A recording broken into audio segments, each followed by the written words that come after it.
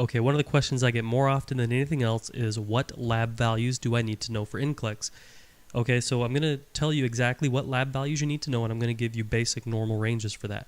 These lab values that you need to know come directly from the NCSBN website for educators, for NCLEX educators, and the NCSBN is actually the company that writes the NCLEX. So if you know these lab values that I'm going to tell you, you're going to be just fine for NCLEX. Now, before we get started, I have to tell you something incredibly important. The NCLEX is not going to give you a potassium of 5.6 and ask you, or 5.1 and ask you, is that normal? Okay, basically what I'm trying to say is they're going to give you lab values that are far out of the normal range and just make sure that you can identify what the basic normal range is. The reason for that is every hospital has different values, and so it's important that you understand what basic normal ranges are. Okay, for ABG, you need to know pH, CO2, and bicarb. Okay, normal pH is going to be 7.35, 7.45. CO2, 35 to 45. Bicarb, 22 to 26. Those are the lab values I want you to know. Okay, for BUN, the number that you need to know is going to be 5 to 20. Okay, that can vary, of course, by institution, but that's the number I want you to know.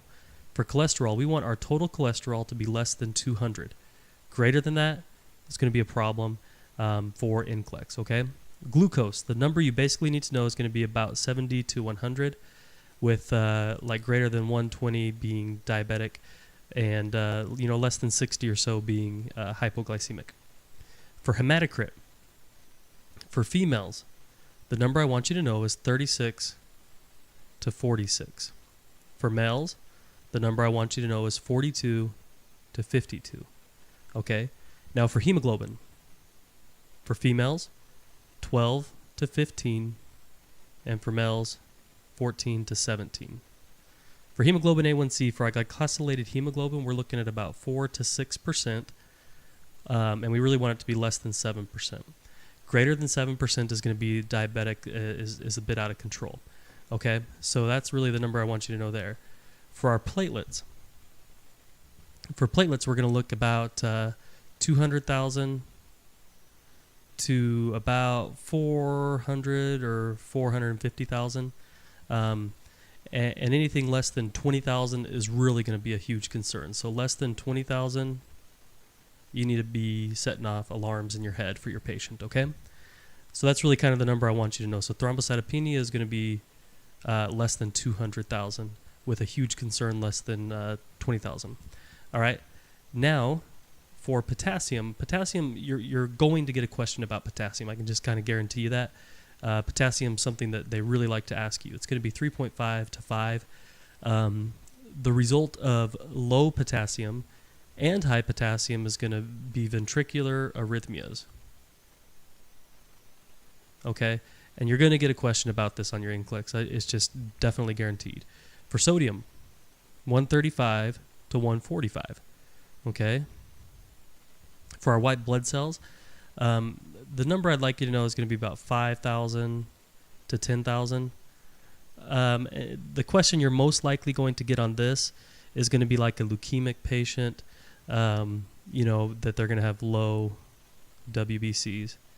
Okay, and I don't think you're going to get one about elevated white blood cell count, but of course that indicates infection. Okay, for creatinine, the number I would like you to know is going to be 0.6 to 1.2. Okay, for our PT, PTT, APTT, INR, basically what you're going to get here is going to be a question about if they're on Coumadin therapy, most likely. Okay, so for a patient who is on Coumadin therapy, you want their PT or their INR, to be 2 to 3. Okay, for Coumadin. Okay. Now, if they're not on Coumadin, so maybe you'll get a question about that. You're going to be like 0.8 to 1.2, but most likely your question is going to be on Coumadin. Now, with our PTT, we're looking at like 25 to 35 seconds, not on therapy, with it being 2 times normal on therapy. Okay, so you might get a question of like, you have a patient who's on Coumadin therapy, they have a PT of 70, what are you going to do? Well, 70 is about 2 times greater than 35 seconds, so we're okay with that. All right, so that's most likely the question you're going to get on that. Now, you guys, these are the values you need to know. So watch this video again, subscribe. We won't get into each of these individually in this video. That's something for a different time. But these are the values, these are the numbers you need. You have to know for the NCLEX, okay? So study these numbers, study these values. And again, I'm telling you, they're not going to give you like a hemoglobin of 16 for a female and ask you if that's normal or not. What they're going to do is they're going to say a hemoglobin of 47 or a hemoglobin of 2. And just make sure that you can recognize what the normal range is. All right, guys? So subscribe to the channel. Thank you so much for checking us out, and have a great day.